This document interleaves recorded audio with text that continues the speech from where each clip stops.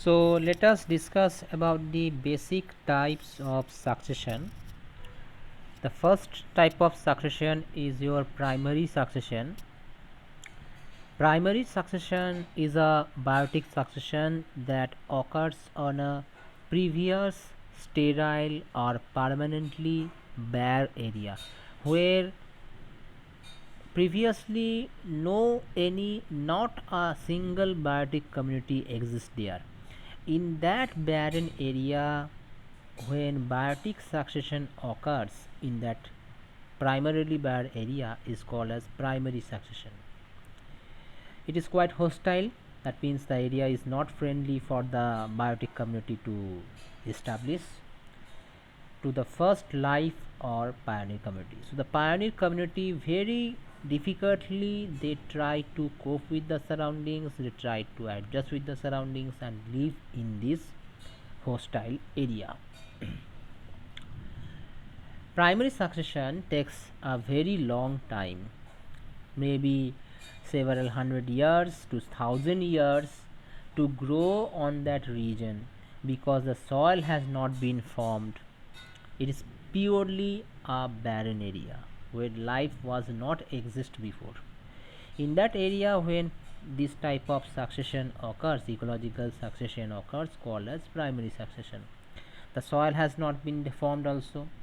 It will take several hundred to thousand years for its formation depending upon the substrates, the substratum, the soil and the community forms, the dead organic matter which will contribute to the soil formation, the silt, and also the climate also plays an important role in this primary succession. For example, a newly cooled lava, it will take many million years to grow habitat in that to grow for biotic communities to occupy in that newly cooled lava area. So they are actually a part of primary succession. Newly cooled lava, bare rock, newly created pond or reservoir, they are the sites for primary succession. Now what about the secondary succession? Secondary succession takes place in a previously inhibited but damaged area. Previously, life form was there, they existed, but due to some climatic conditions or due to anthropological like human activities, it leads to a damaged area. So when the ecological succession occurs in the damaged area, it is called as secondary succession. Secondary succession will occur very quickly because the area has already soil formed and some vegetation was also being developed there. Now why destruction of the previous community occurs? Do you know? Due to forest fire, due to cleared area left to itself, harvested crop fields left uncultured for several years, overgrazed animals, heavily overgrazed area left to itself, landslide or earthquakes, severe drought for successive years. So these are the things that leads to the formation of your barren land. Okay, and that causes the secondary succession to develop in that barren area. Now in the next page it has been showing that this secondarily bared area, that means the barren area which has been formed, has built in soil organic matter. It is very fertile so that the succession is completed quickly. So that's why secondary succession takes place very quickly and completes very quickly compared to primary succession. Secondary succession generally takes place 50 to 100 years to complete in case of grassland, and in case of forest it will take about 100 to 200 years compared to primary succession, because there is already soil established, it has built-in soil organic matter which can be utilized for quick development of the biotic communities one after another, the cereal communities that will replace another community. So in this way the rate of secondary succession is much faster than that of primary succession for because of better nutrient and other conditions in that area previously under plant cover. Next type of succession is your autotrophic succession. What does autotrophic succession means? It is characterized by early and continued dominance of the autotrophic organisms. So where autotrophic organism starts to dominate in a barren area, that is called as autotrophic succession. And we know the mosses, the lichens, the first organisms which grow in a particular barren area, so they will be called as autotrophic succession. Then only the zooplanktons in case of water bodies or the animals, insects grow in that area. This autotrophic succession begins in a predominantly inorganic environment and the energy flow is maintained indefinitely. So normally this autotrophic succession begins in a inorganic environment because they will utilize that inorganic sources for making their own food, and the energy flow is maintained indefinitely. Then only the autotrophic organisms will dominate first in that barren land. The energy flow is maintained indefinitely means unlimited source of energy will be available for a fixed period of time. And obviously there will be gradual increase in the organic matter content supported by the energy flow. So that is called as autotrophic succession, that normally occurs in each and every ecosystem. Each and every ecological succession begins with autotrophic succession. Let us talk about the heterotrophic succession. Normally it is characterized by early dominance of heterotrophic organisms like your bacteria, actinomycetes, fungi and animals. And it begins in a medium which is very rich in organic matter like small areas of rivers, streams which are quite polluted by sewage, by the wastewater, or in small ponds, pools receiving the leaf litter, means decomposed matter of leaf in large quantities. Then only your heterotrophic succession will begins. So any river streams where sewage content is there, wastewater is present, and wastewater contains some nitrogen, phosphorus source which will good for the bacteria to grow, to use them, to utilize them, or pools receiving the leaf litter which are the dead plant material on water in large quantities. Next type of ecological succession is your retrogressive succession. Retrogressive succession is the reverse of ecological succession. It will leads to depletion, you can say. Retrogressive comes from the word retrogression, which means the process of returning to an earlier state which is quite worse. So here this type of ecological succession will return to its earlier stage which is quite worse, quite bad. Retrogressive succession means return to a simpler and less dense, less diversified organism or biotic community in that particular area. And why it occurs? It occurs due to the human activities. So retrogressive succession means return to a simpler and less dense or even poor quality or impoverished form of community from an advanced community. That means here the opposite thing is occurring. From a simple organism, normally in ecological succession it gives to higher organisms step by step, when one several communities are replacing another several communities. But here is reverse is occurring. From an advanced community of organisms, they are replacing, and finally it gives rise to a simpler and less dense form of communities. In most cases, the cause of retrogressive succession are allogenic, that is forces from outside the ecosystem that cause more severe forms. So some forces from outside the ecosystem can lead to your retrogressive succession. Forces from outside the ecosystem are your climatic conditions, right?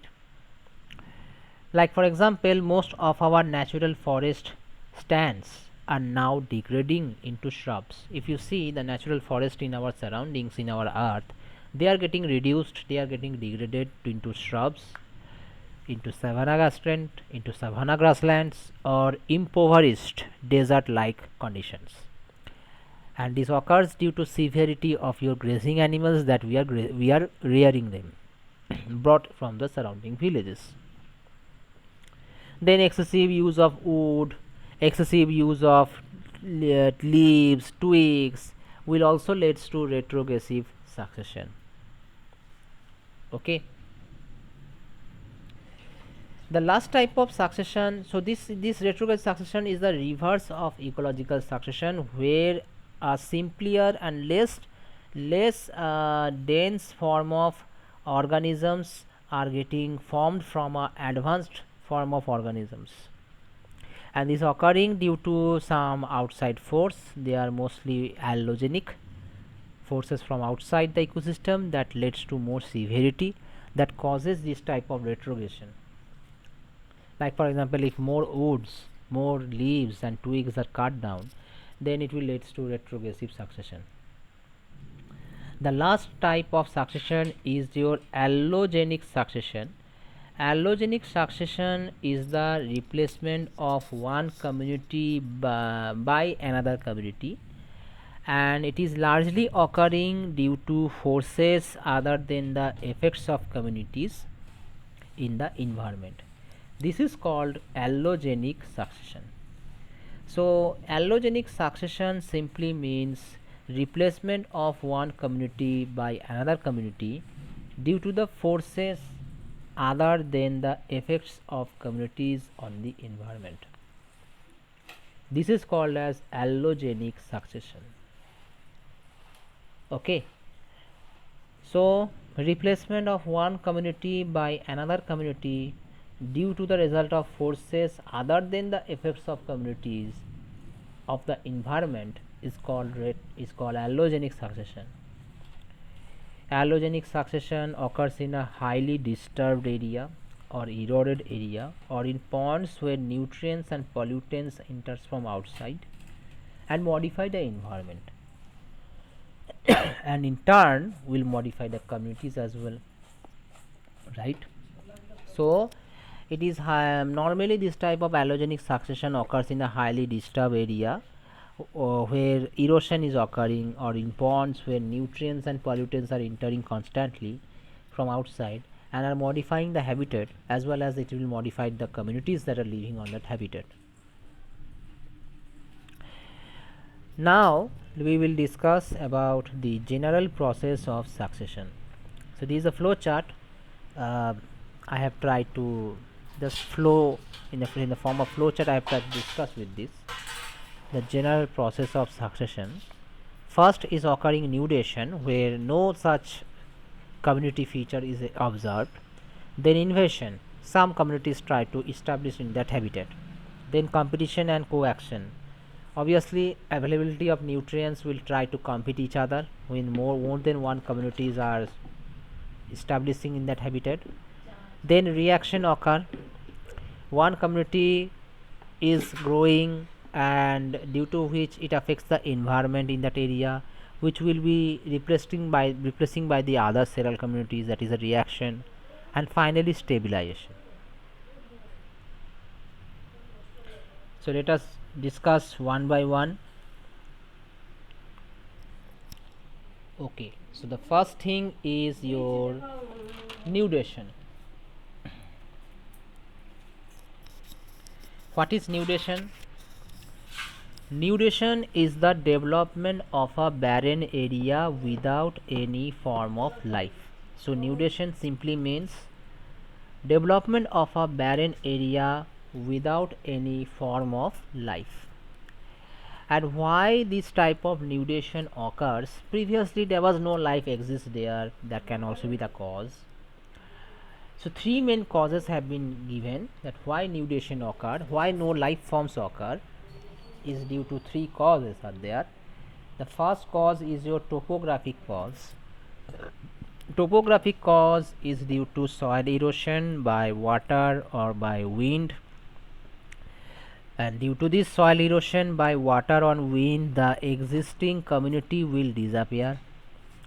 Other causes leads to nudation are landslide, climatic conditions, landslide, volcanic activity, earthquakes, etc. So these are all abiotic causes that leads to nudation, the topographic features. Okay. Second are the climatic cause like glaciers, dry period, hail and storm, tsunamis, frost and forest fires. Okay, they may also destroy the community. Third is the biotic factors. Biotic factors mainly the human beings. As we are talking about biotic factors, we mainly focus on human being activities. So human beings forms an important biotic factor. Human beings is responsible for destruction of habitats nowadays into nude lands where no vegetation is occurring, for industry purpose, for agriculture purpose, for housing purpose. Other factors are disease epidemics due to fungi, due to virus, which are destroying the whole population, whole habitat in that area, making them a nude land with no life forms. Right? So these are the three activities that leads to nudation. First is topographic cause, which is the natural cause, the abiotic factors, climatic factors is also there, and biotic cause like human beings. Sometimes overgrazing can also leads to nudation. Okay. Next, the second stage is invasion of ecological succession. Somebody have to invade, somebody have to migrate from one place to this site for their survival. So invasion is the successful establishment of a species in a barren area.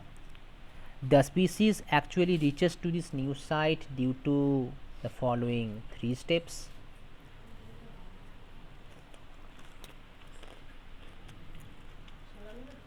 How will be the species will reach to this new site? First, by migration. Like for example, the seeds, the spores, or the other propagules. Propagules are the structural part of the plant which can give rise to a new plant, like your bud, flower bud. Okay, meristem. These are the propagules. So the seeds, the spores, or the other propagules of the plant, they reach to this barren area with the help of wind, with the help of water, with the help of storm. Okay, this is the first cause. Second cause of invasion is your AECCs. After reaching to a new area, the main thing is that we have to successfully establish that species in that new area.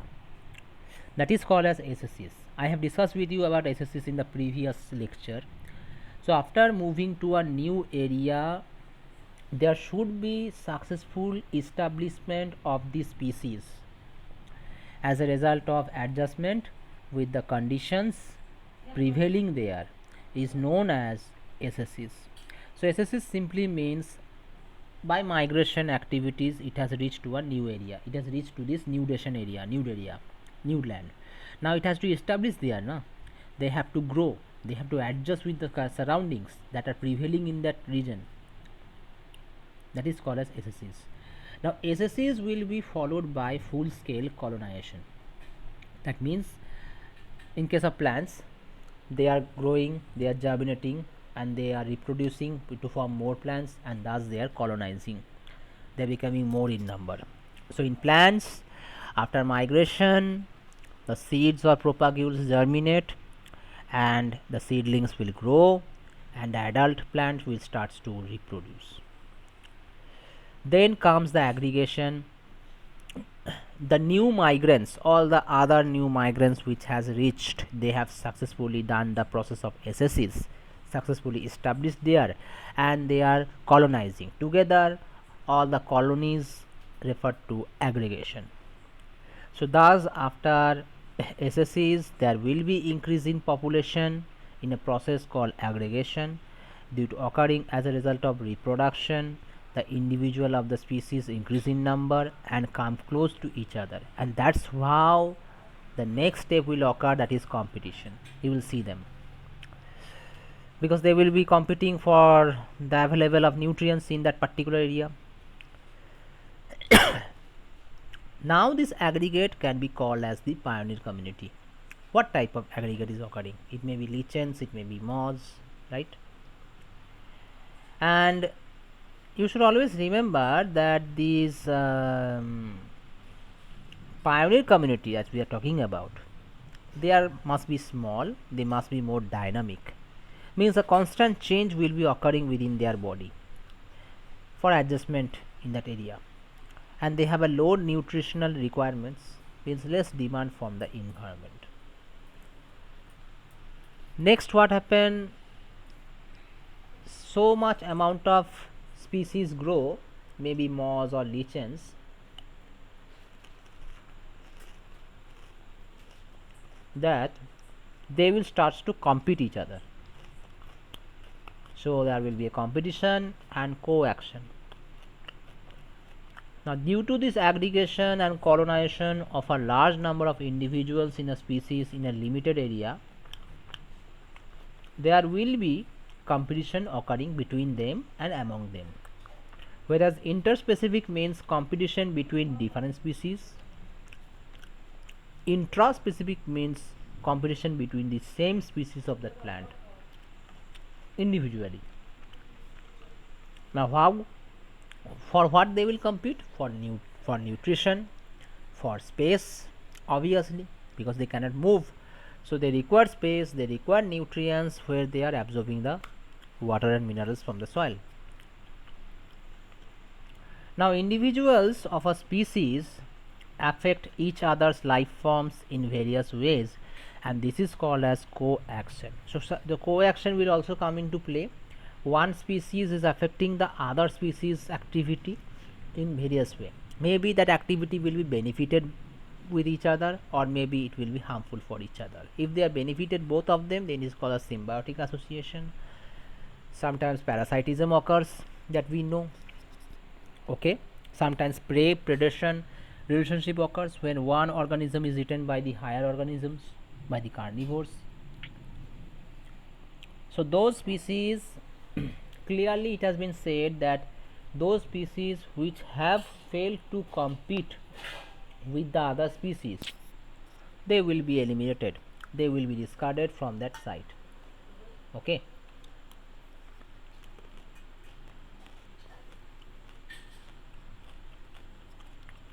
The reproductive capacity, that means how much they are reproducing the individuals in a particular period of time. Wide ecological amplitude, which are the ecological amplitude are the limits of the environmental condition within which an organism can live and function. That means in what extent they will grow, what are the amplitude of that particular organism to grow in that area. So there should be wide ecological amplitude, there should be more reproduction capacity, then only they will able to compete with the other species. Okay.